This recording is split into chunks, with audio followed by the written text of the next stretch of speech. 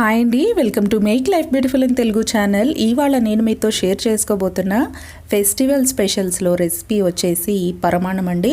All time favourite. అందరికీ కూడా ఎప్పుడు ఏ పండగ మన ఇంట్లో జరిగినా పరమాణం అనేది చేసుకుంటాం కదా కంపల్సరీగా. సింపుల్ స్టెప్స్తో చాలా పర్ఫెక్ట్గా మనం పరమాణం అనేది చాలా ఈజీగా కూడా ప్రిపేర్ చేసుకోవచ్చండి. ఇక రెసిపీ స్టార్ట్ చేసేద్దాం. నేను ఇక్కడ ఒక చిన్న కప్తో రైస్ తీసుకున్నానండి. దాన్ని 3 times వాష్ చేసేసుకొని పరమాన్నం చేసుకునే ఒక ½ an hour బిఫోర్ మనం దీన్ని నానబెట్టుకోవాల్సి ఉంటుంది. అలాగే ఒక పావు కప్పు వరకు సగ్గుబియ్యం తీసుకున్నానండి. చిన్న సగ్గుబియ్యం ఉంటాయి కదా, అవి అయితే తొందరగా కుక్ అవుతాయని చెప్పి అవి కూడా ఒక ½ an hour నానబెట్టాను. పరమాన్నం చేసుకునే ఒక ½ an hour బిఫోర్ ఈ రెండు కూడా మనం నానబెట్టేసుకోవాలి. తర్వాత ఈ సగ్గు బియ్యాన్ని, నానబెట్టిన సగ్గు బియ్యాన్ని అదే వాటర్తో మనం కుక్ చేసేసుకోవాలి. సెపరేట్గా కుక్ చేసుకోవాలండి. మనకి రైస్లో సరిగ్గా ఉడకదనేసి నేను సెపరేట్గా ప్రిపేర్ చేస్తున్నాను అనమాట. ఇలా చేస్తే మీకు చాలా పర్ఫెక్ట్గా వస్తుంది. ఇదిగో ఆల్మోస్ట్ 50% వరకు సగ్గు బియ్యం ఉడికిపోయినాయి. ఫుల్ ట్రాన్స్పరెన్సీ వైట్ కలర్లోకి వచ్చేస్తాయండి. ఆ వైట్ కలర్ అక్కడక్కడ కనిపిస్తాయి కదా, అలా కాకుండా ట్రాన్స్పరెంట్ కలర్లోకి వచ్చేస్తే ఎప్పుడైతే వచ్చేస్తాయో ఫుల్ కుక్ అయిపోయినట్టే. చిన్న సగ్గు బియ్యమే కాబట్టి తొందరగానే కుక్ అయిపోతాయి. అందులోని మనం ముందు నానబెట్టాం కాబట్టి. ఈ లోపు పక్కన బాండి పెట్టి అందులో ½ లీటర్ మిల్క్ తీసుకున్నాను. మీరు కావాలంటే 2 ప్యాకెట్స్ పాలు కూడా తీసుకోవచ్చు. మీరు చేసే క్వాంటిటీ బట్టి, రైస్ క్వాంటిటీ బట్టి మీరు పాలు క్వాంటిటీ కూడా పెంచుకోవాల్సి ఉంటుంది. చిన్న కప్పే తీసుకున్నాం కాబట్టి ½ లీటర్ కరెక్ట్గా సరిపోతుంది. ఆవు పాలు తీసుకుంటే మీకు పరమాన్నం టేస్ట్ ఇంకా బాగుంటుంది. అలాగే ఇలా పాలు పొంగు వచ్చినప్పుడు ఈ నానబెట్టుకున్న రైస్లోంచి వాటర్ తీసేసుకుని ఈ బియ్యాన్ని మొత్తాన్ని అందులో వేసేసుకోవడమే. ఆ పాలల్లోకి పాలు పైకి బాయిల్ అవుతూ రోల్ బాయిలింగ్ అవ్వాలి. ఆ టైంలో బాగా పాలు మరుగుతున్నప్పుడు ఈ బియ్యాన్ని అందులో వేయాల్సి ఉంటుంది. ఇవి ఆల్రెడీ నాని ఉన్నాయి కాబట్టి మనకి ఒక 15 to 20 minutes లోపే ఆ రైస్ అనేది పాలల్లో ఉడికిపోతుంది. మధ్య మధ్యలో కలుపుకుంటూ ఉండాలండి, అడుగు అనేది పట్టేయకుండా. కొంచెం మందపాటి బాండీ కానీ నాన్ స్టిక్ ప్యాన్ కానీ మీరు ప్రిఫర్ చేస్తే అడుగు పట్టకుండా ఉంటుంది. కానీ దగ్గరే ఉండి కలుపుతూ ఉండాలి అడుగు పట్టకుండా. అలాగే రైస్ కొంచెం కుక్ అయిపోయిన తర్వాత అప్పుడు ఈ సగ్గుబియ్యం, ఉడికిపోయిన సగ్గుబియ్యం ఉన్నాయి కదా, దాన్ని మొత్తాన్ని కూడా ఇందులో షిఫ్ట్ చేసేసుకుంటాం. రైస్ మటుకు కంపల్సరీ ఉడకాలండి, లేకపోతే మనం ఎప్పుడైతే సగ్గుబియ్యం వేస్తామో అప్పుడు ఇంకా రైస్ ఉడకదనమాట. సో రైస్ ఉడికిన తర్వాత మాత్రమే ఈ ఉడకబెట్టిన సగ్గుబియ్యం అనేది అందులో యాడ్ చేసుకోవాలి. ఇలా బాగా మిక్స్ చేసుకోవాలి.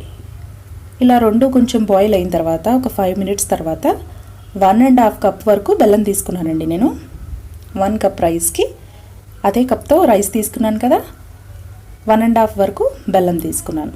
ఎందుకంటే సగ్గుబియ్యం కూడా వేసాం కాబట్టి మనం. సో అది క్వాంటిటీ అనేది లెవెల్ అవ్వడానికి వేసాను.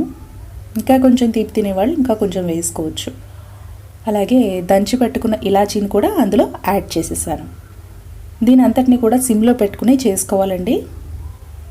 ఇలా మిక్స్ చేసుకుంటూ అడుగున పట్టేయకుండా చేసుకోవాలి.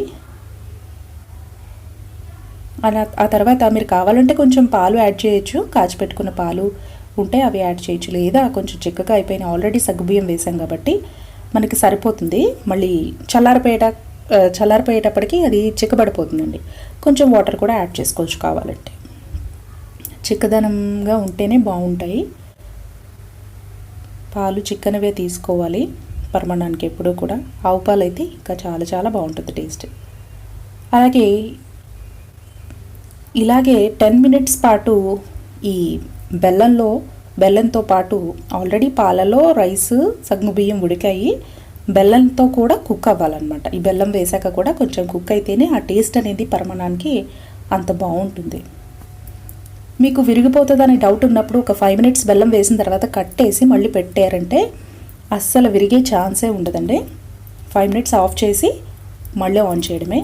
ఇప్పుడు నేను డ్రై ఫ్రూట్స్ ఫ్రై చేయడం కోసం చిన్న బాండి పెట్టుకుని అందులో నెయ్యి వేసుకున్నాను.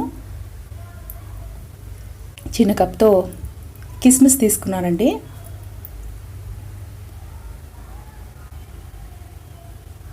అలాగే కొన్ని జీడిపప్పు పలుకులు కూడా తీసుకున్నాను. వీటిని కూడా బాగా ఫ్రై చేసేసుకోవాలి. అన్నిటినీ ఫ్రై చేసేసుకున్న తర్వాత ఇప్పుడు స్టవ్ మించి పక్కన దించి పెట్టుకున్నాం కదండి, అది మళ్ళీ స్టవ్ మీదకి పెట్టేసుకోవాలి మనం. ఇదంతా కూడా టోటల్గా సిమ్లో పెట్టుకుని మాత్రమే చేసుకోవాలి. మళ్ళీ దీన్ని స్టవ్ మీద పెట్టేసి స్టవ్ ఆన్లోనే ఉంచాలండి. ఈ కిస్మిస్ని జీడిపప్పుని వేయించినవన్నీ కూడా పరమాన్నంలో యాడ్ చేసేసుకోవాలి. చూస్తున్నారుగా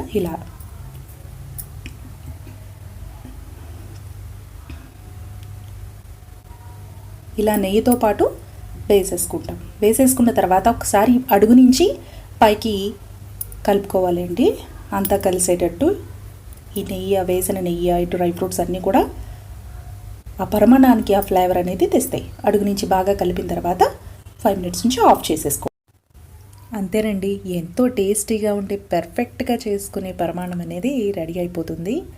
దీన్ని వేడిగా కావాలనుకునే వాళ్ళు వేడిగా సర్వ్ చేసుకోవచ్చు. ఫ్రిడ్జ్లో పెట్టుకొని చల్లగా కావాలనుకుంటే చల్లగా కూడా సర్వ్ చేసుకోవచ్చు. ఎలా తిన్నా కూడా చాలా చాలా బాగుంటుంది. ఒకసారి తప్పకుండా ట్రై చేయండి.